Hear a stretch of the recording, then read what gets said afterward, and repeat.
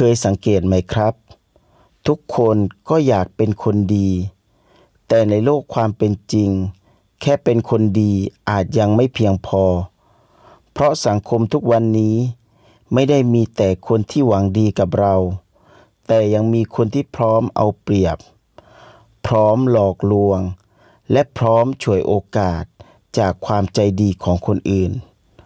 วันนี้ผมจึงอยากชวนทุกคนมาคิดในหัวข้อจงเป็นคนดีที่มีเขี้ยวเล็บ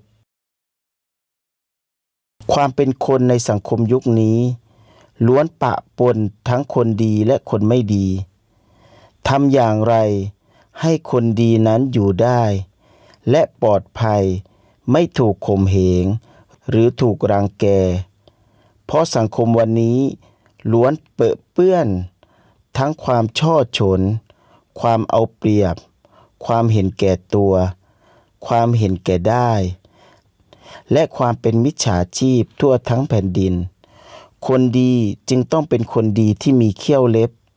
ไว้เป็นเกราะป้องกันตัวเองและขับสู้กับความไม่ถูกต้องและความอยุติธรรมของสังคมต้องเป็นคนดีที่มีศักยภาพทั้งความรู้ความคิดและวิสัยทัศน์ที่สามารถประเมินมุมมองของความเป็นไปของคนรอบข้างและสังคมโดยรวมได้เพราะวันนี้คำว่าคนดีเป็นสิ่งที่ยากมากที่จะเข้าใจเพราะใครๆก็จะบอกกับใครๆว่าตัวเองนั้นเป็นคนดีแม้ในขณะที่การกระทำนั้นๆบ่งบอกถึงความไม่ดีและไม่ถูกต้องสังคมวันนี้ก็เสมือนการอยู่ในภาวะสงครามแบบย่อมๆมีทั้งคนดีและคนไม่ดีปะปนกันไปย่อมมีคนจำนวนไม่น้อยที่จ้องความได้เปรียบการฉวยโอกาสการหลอกลวงหรือแม้แต่การทำสิ่งที่ไม่ดีคนดีในสังคมวันนี้จะเป็นคนดีที่อ่อนแอและยอมรับการกระทำที่ไม่ดีหรือความอยุติธรรมของคนอื่นไม่ได้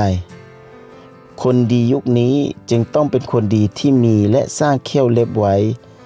คือต้องเป็นคนที่ทันคนทันเหตุทันการและทันวิกฤตจริงๆนะจะบอกให้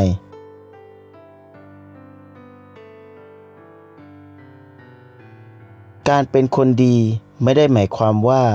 เราต้องยอมทุกอย่างไม่ได้หมายความว่าเราต้องอ่อนแอและไม่ได้หมายความว่าเราต้องปล่อยให้ใครเอาเปรียบเราได้จงเป็นคนดีที่มีสติมีปัญญามีความกล้าหาญและรู้จักปกป้องคุณค่าของตัวเองเพราะความดีเมื่อเดินคู่กับปัญญาย่อมมีพลังมากกว่าความดีที่ไร้การป้องกัน